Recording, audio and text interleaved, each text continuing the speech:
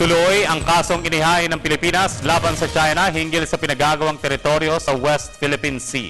Ito po ay sa kabila ng pagbibitiw ng miyembro ng Arbitral Tribunal Panel na si Judge Chris Pinto. Narito ang report.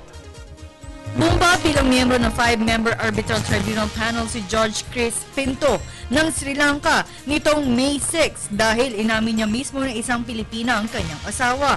Kaya naman siya na mismo ang nagkusang loob na mag-resign. Judge Chris Pinto stepped down as judge of the Arbitral Tribunal, disclosing that his wife is a Filipino national to ensure the impartiality of the proceedings and assure that any award that might be rendered in these proceedings is accorded the full degree of respect to which it is entitled and is as safe as possible from attack by anyone who might be motivated to undermine it.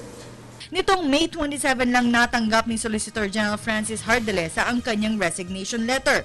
Bibigyan ng 30 araw ang presidente ng International on the Law of the Sea na si President Shun Ji-yanay para makahanap ng papalit kay Pinto. Ayon kay Assistant Secretary Raul Hernandez, posible ngayong buwan maglalabas ng kapalit kay Pinto. Nakasaad kasi sa Article 3, Annex 7 ng United Nations Convention on the Law of the Sea o UNCLOS na dapat makahanap ng kapalit ang presidente ng ITLOS bago magtapos ang 30 araw.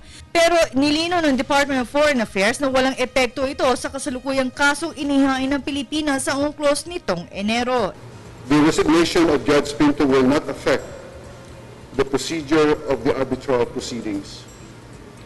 The Philippines will present its case once the 5th judge is appointed by the ITLOS and the panel advises the Philippines to meet on the case. Buwan ng Abril nang makumpleto ang 5-member panel at oras na makumpleto ito ay itutuloy na ng Pilipinas ang kasong inihain natin laban sa China. Ito ay ang 9-line excessive claim ng China sa West Philippine Sea. Para sa Telebisyon ng Bayan, Aya Macalma.